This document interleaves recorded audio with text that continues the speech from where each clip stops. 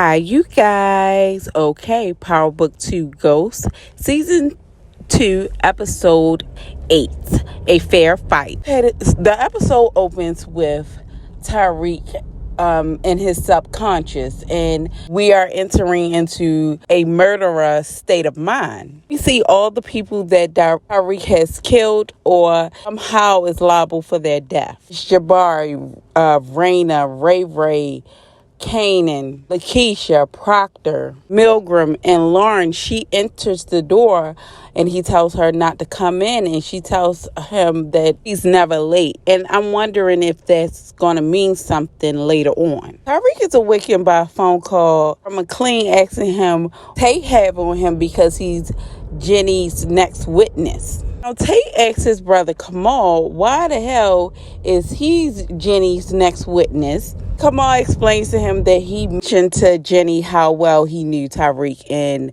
Ghost. Also, Jenny wants to rehabilitate Carrie's reputation from when McLean dug in her ass in court the other day. Kamal also mentions a possible witness to Jabari's murder who may have been in the park that night. But she's kind of flaky. Tariq makes it to class. He finds out that class has been canceled today.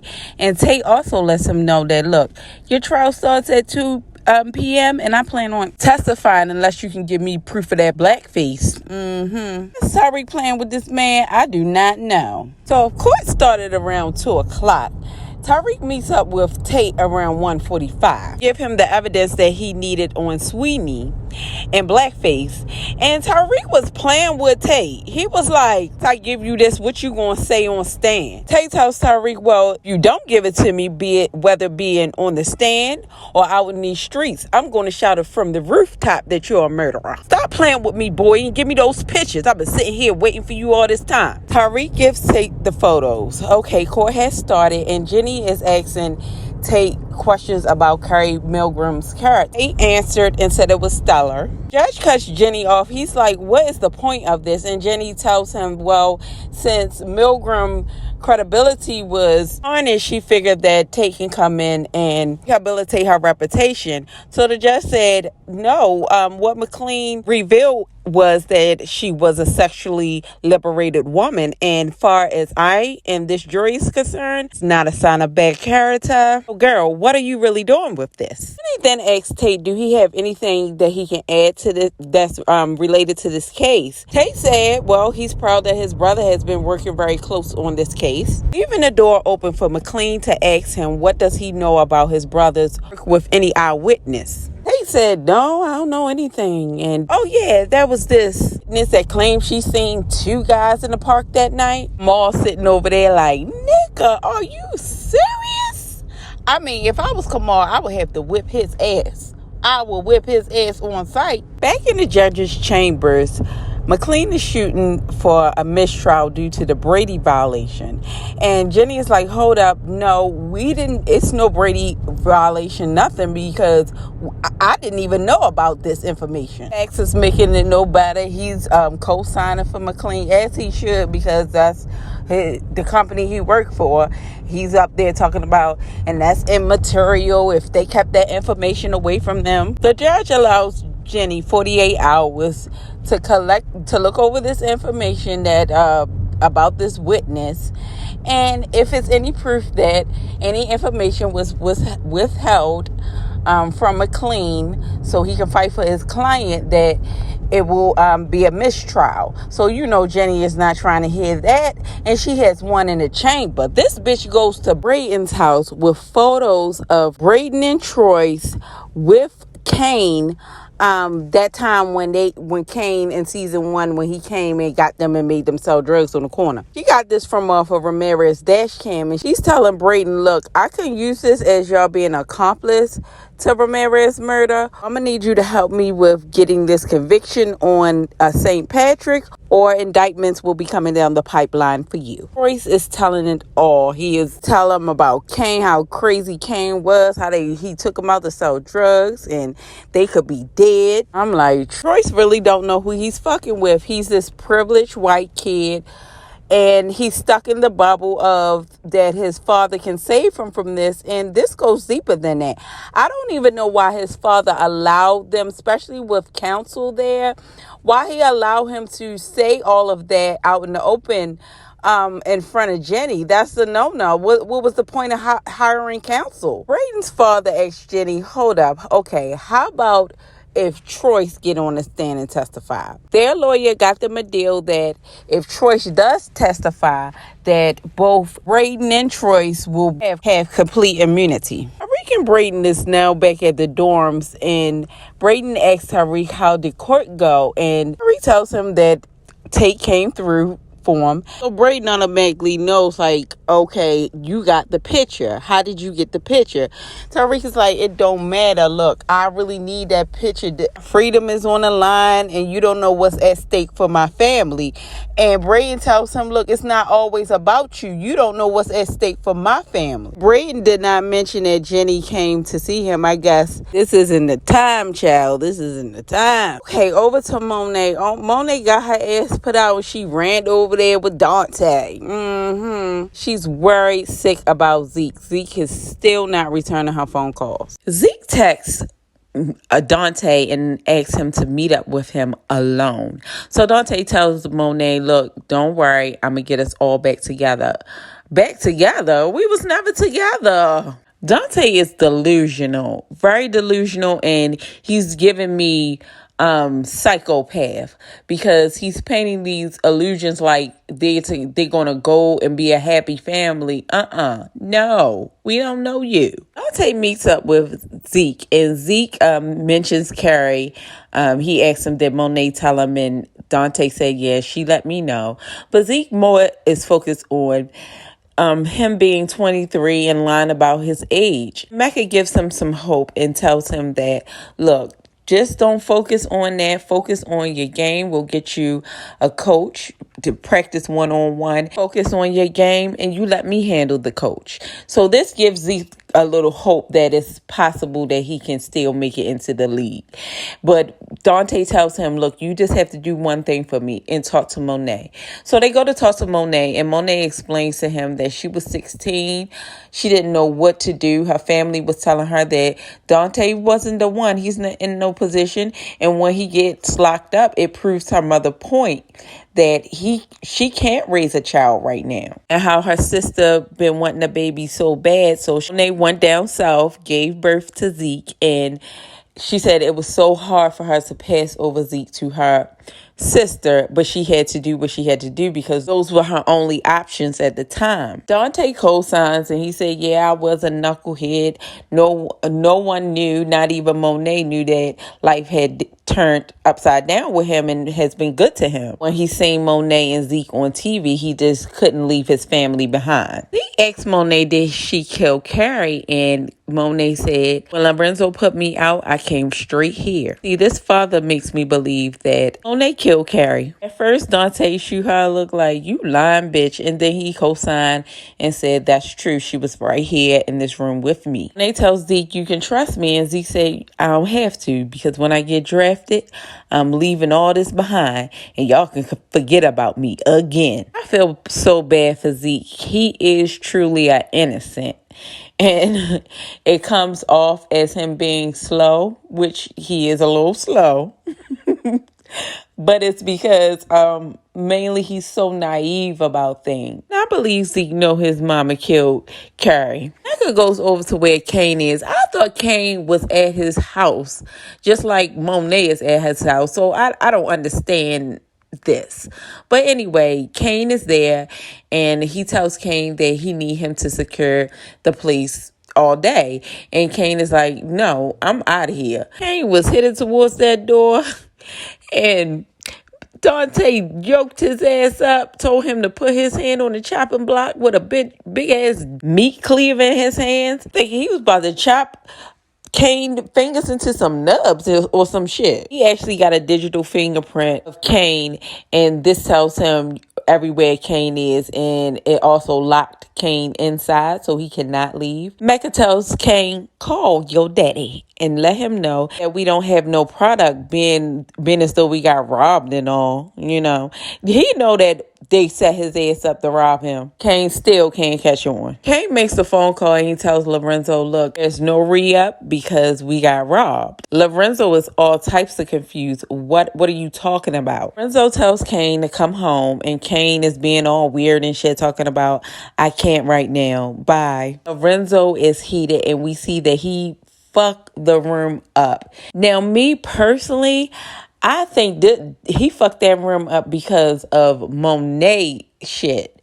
Because at this point, he didn't know that there was no re-up. But once he gets that news, he breaks the mirror, which causes Diana and Drew to come busting in. Lorenzo is heated. He's like, it's on and popping. I'm going to get them GTG niggas. Come on, Drew, get your shit. We ready for war. And stole my re-up. Drew ass, his bitch ass. He like, Poppy, I know what happened to the re-up. He gets to singing like a damn bird and tells Lorenzo everything that Monet had to connect robbed. Lorenzo is even more confused, and Drew tells him she never stopped working with Tariq. Diana like, I told you. And at this point, I'm like, little girl, shut up, because you acting like your mother don't hold shit down. She doing this, you know, she doing too much now. Nevertheless, Lorenzo thinks that Monet is doing this to him to be vindictive, so he is heated, and he don't know that the real reason that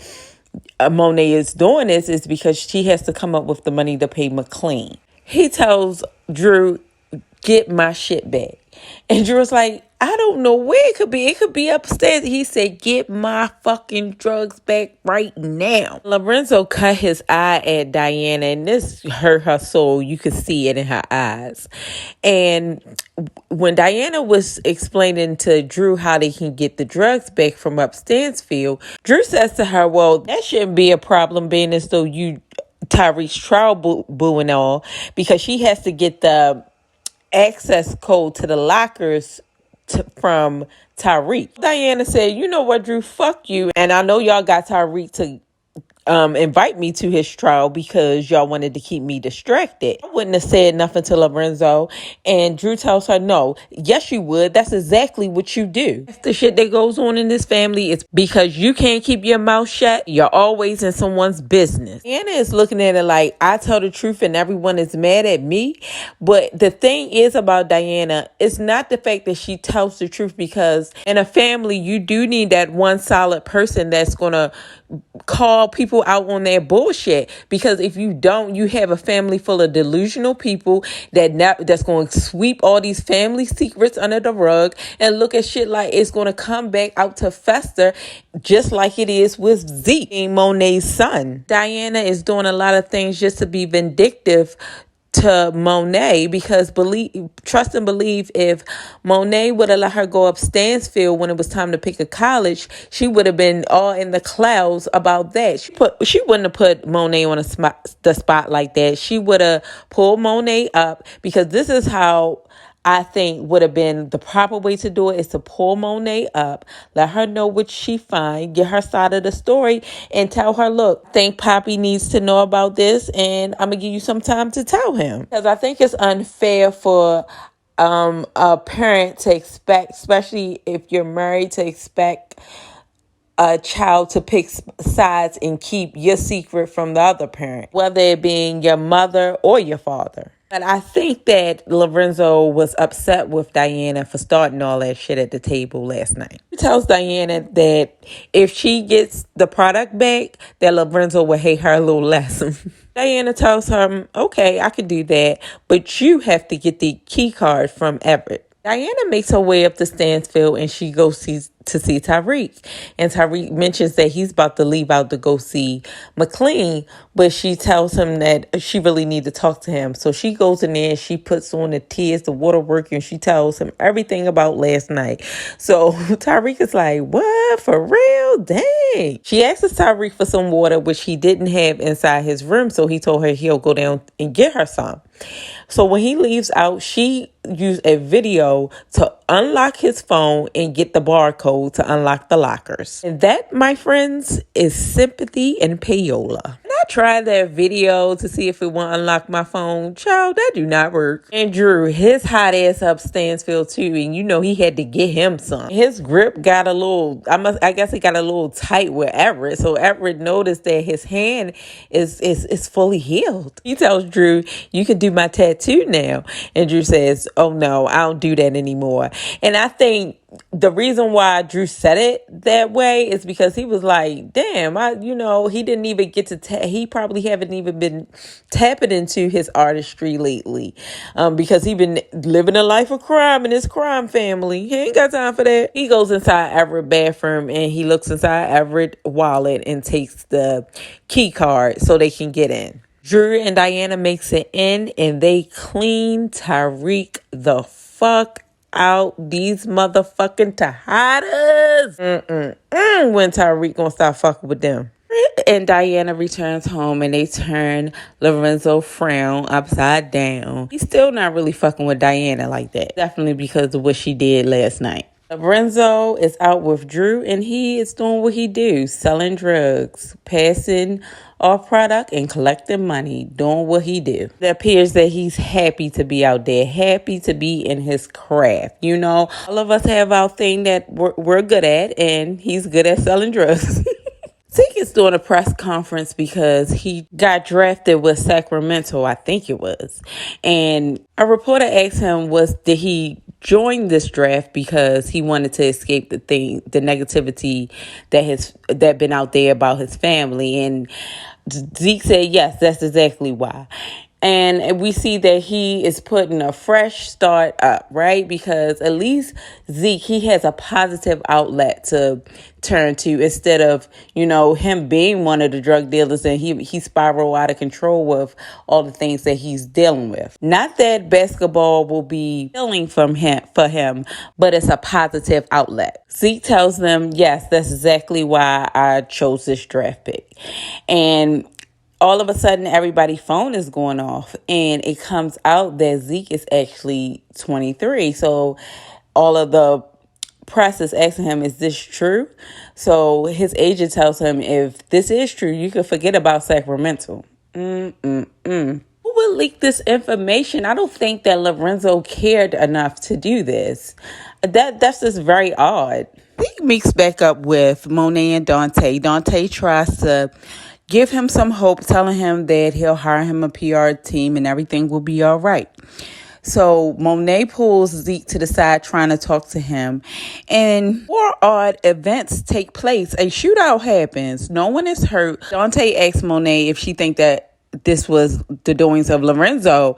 And that doesn't make sense to me. Why would Lorenzo want to kill Monet over a family? No, not a family, a baby she had way before she met him. I think Lorenzo was disappointed and it hurts him, but I don't think he's mad enough to kill Monet and Zeke. And I don't think he leaked that information. Later on that day, Monet comes to Mecca and she says, this is Lorenzo's doing. And I think he leaked the information about Zeke's real age, and he won't rest until he take everything from me.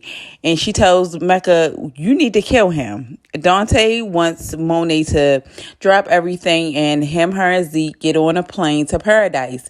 Dante thing is Monet fucked up, and because of that, her kids, the other ones, want to go their own way anyway, so why not? Like I said before, Dante is delusional. Monet is a mama's bear to all her children, and she's just not going to up and leave the rest. They are grown and can make their own decisions and go their own way.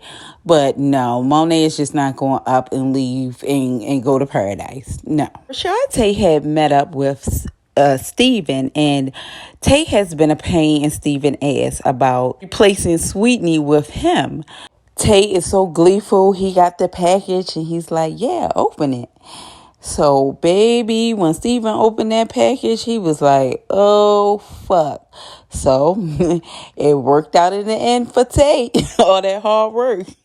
Tate ain't shit. Lauren runs down on Tyreek, and now she's trying to backpedal and pussy pop. She tells Tyreek that when she went down to the station, she didn't know what to do, so she called Milgram, and Milgram convinced her to wear a wire. She's sorry that they used it against him.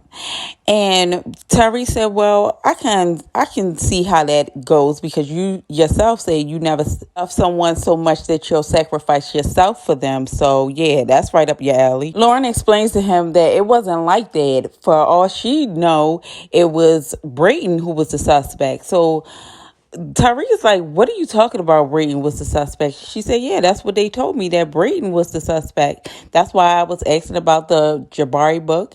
And that's why I even held a conversation with him and that guy Lorenzo. Tyreek said, you got what now? You got Kane, Tejada, and Brayton on a wire. You need to get out of here. And Lauren is talking about all the stuff that Jenny can do for her. And Tyreek tell her, look, if you want to listen to a prosecutor, you better go on here and gamble your life that way. But I'm telling you that you need to pack your shit and get the fuck up out of here. Go to your mother's house and I'll call you. Later on, Tyreek is sitting with Effie and he's venting. He's saying that how Jazz may be better off in a foster family because everyone around him always get hurt. And Effie thinking these feelings are coming from Milgram's death, and she tells him that he's not the center of everything, and most of them people had it already coming to them. Harry tells Effie, look, that's not who I'm talking about. I'm talking about Lauren. All that girl ever wanted was to get good grades and have a boyfriend. Now because of me, she has to go on the run. This piqued Effie antenna. She's like, what the fuck do you mean on the run? Teresa explains that she may have got Brayton and Kane on a wire. How Lauren need to get the fuck up out of there before Kane come after her. And Effie is like, you gonna help her? Malibu Barbie is a fucking snitch. How you know she not going to say anything? The thing is, she was your girlfriend at first, and now she's the reason why you're on trial. Everything get a text from Daniel, and Daniel wants to meet up with him, interrupting their conversation. So Tyreek tells Effie, look, you don't know what's going on, and you don't know her. And Effie don't know the details, but I can understand where Effie is saying, we can't have no loose ends. However, Tyreek was not honest with her, so she don't know. She's thinking innocently she is really protecting Tyreek. Tyreek meets up with Daniel, and Daniel takes him to where Jasmine foster family is, and he tells Tyreek that all the paperwork is final and they are moving forward with the adoption. And this kind of confirmed what Tyreek was saying, that Jasmine is better off without him, because he was just talking about it. So, and for this to happen, he feels like maybe this is how it should be. Effie takes her ass and meet up with Kane. And Effie know what she's doing, because she tells Kane that Lauren has him and Brayton on a wire. Kane asks her, does Tyreek notice? And she says, yes, he does. So my thing is with Effie, why did you tell him that Tyreek knew, knowing how he feel about Tyreek? You just said that you was worried about Kane and that he has with Tyreek. So why would you even plant that in Kane's ear? And I just really think that Effie and Kane is going to eventually hook up. Effie has her own agenda, and she's very calculated. Kane then meets up with Brayton, and he tells Brayton everything that's going on, that Lauren's a snitch. She was they were on a wire, and that Brayton needs to take care of it. And Brayton is like, that I never even done nothing like that. I can't do this. Kane tells him, well, if you don't do it, you know what I have to do. And Brayton said to Lauren, he said, no, to you. What a crappy day for Brayton, because Jenny runs down on him and she reminds him of what could happen to Trace if he testified and Kane is free. Does this make her not want to use the Weston brothers? No. She just applies more pressure on Brayton to turn in Kane before the trial so Trace will be safe. Prosecutors can be very selfish. They'll do whatever to win their case. They don't give a fuck about your life. Later on, Brayton meets up with Effie. We know that Brayton likes to vent to Effie. And for Brayton, it's no longer amusement and thrills. He can't understand the loss of morality in this game. And Effie asks him, did Tariq ask you to do anything for him? And he tells her no.